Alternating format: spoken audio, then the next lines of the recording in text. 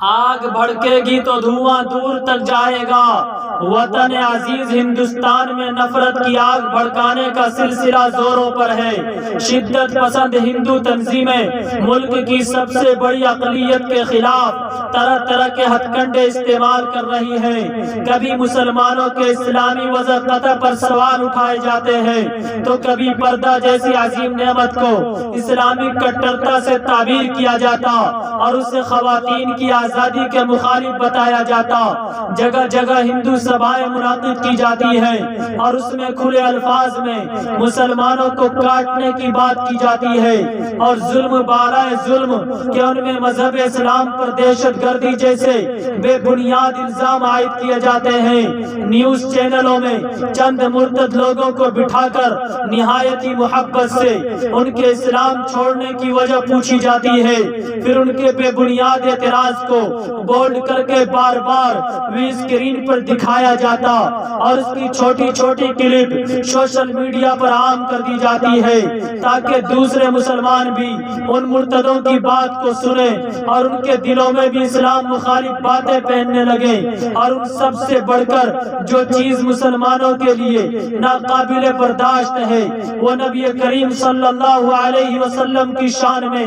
گستاخی کا معاملہ ہے۔ گزشتہ چند سالوں سے ہر مہینے دو مہینے منظم طریقے سے کوئی بدبخت کسی ٹی وی چینل یا سوشل میڈیا پر حضور اقدس صلی اللہ علیہ وسلم کی شان میں گستاخی کرتا ہوا نظر آتا ہے۔ پھر جب مسلمان اس کے خلاف احتجاج درج کرانے کے لیے سڑکوں پر اتر آتے ہیں تو پورے منصوبے بندی کے تحت دنگے بھڑکا کر اس کا ٹھیکیرا مسلمانوں کے سروں پر پھوڑنے کی کوشش کی جاتی ہے۔ اسی طرح بھی چند دنوں قبل بی جے پی کی ہی نیشنل نمائندہ نپور شرما نے شان اقدس میں سری گستاخی کی، جس کے بعد پورے ملک میں جگہ جگہ مسلمان سڑکوں پر آئے اور قانونی طریقے سے ایف آئی آر درج کروائی، لیکن اس کے باوجود موجودہ حکومت کے کانوں پر جوں تک نہیں رینگی اور حکومت بجائے اپنے نمائندے کے خلاف کارروائی کرنے کے بجائے خاموشی کے ساتھ اس کی حمایت کرتی رہی۔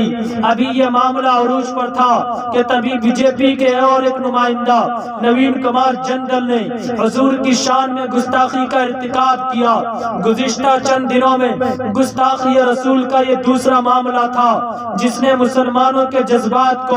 یکسر مجروح کر دیا تھا، لیکن موجودہ حکومت مسلسل اس تعلق سے بے اعتنائی برتتی رہی۔ پھر دیکھتے ہی دیکھتے یہ معاملہ عالمی سطح پر پہنچ گیا۔ حضور کے ناموس کی خاطر عرب ممالک نے بھارتی حکومت کی کھلی مذمت کی اور حکومت وقت سے اس گستاخی پر فوری طور پر ایکشن لینے کی مانگ کی۔ عرب ممالک نے کہا کہ اگر گستاخ رسول کے خلاف حکومت ہند کو کوئی کارروائی نہیں کرنی ہے تو اس سے مستقبل میں ہمارے اور بھارت کے رشتوں میں کافی دراریں پیدا ہو سکتی ہیں اور ہم بھارت سے اپنے تمام رشتوں کو ختم کر لیں گے، کیونکہ ہمارے لیے حضور کے ناموس سے بڑھ کر دنیا میں کوئی چیز نہیں ہے۔ عرب ممالک کے اس ایکشن پر پورے بھارت میں کھلبلی مچ گئی۔ ٹی وی چینلوں پر بیٹھے نفرت کی سیاست کرنے والے عربوں کے اس اعتراض پر سخت برہم ہوئے۔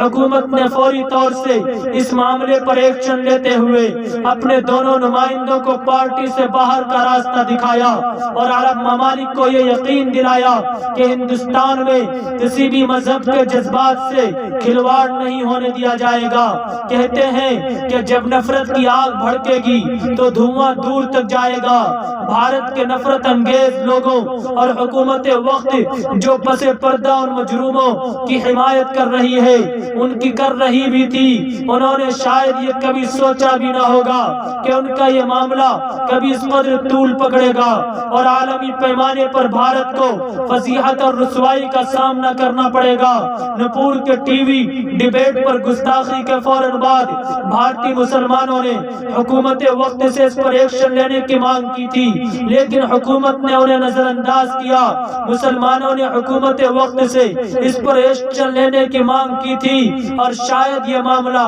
خلیجی ممالک تک نہ پہنچتا اور بھارت کو اس قدر رسوائی کا سامنا بھی نہ کرنا پڑتا۔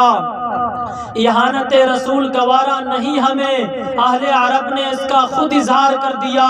لعنت کا توق ڈال کر دنیا نے گلے میں قلعہ نپور شرما کا مسمار کر دیا۔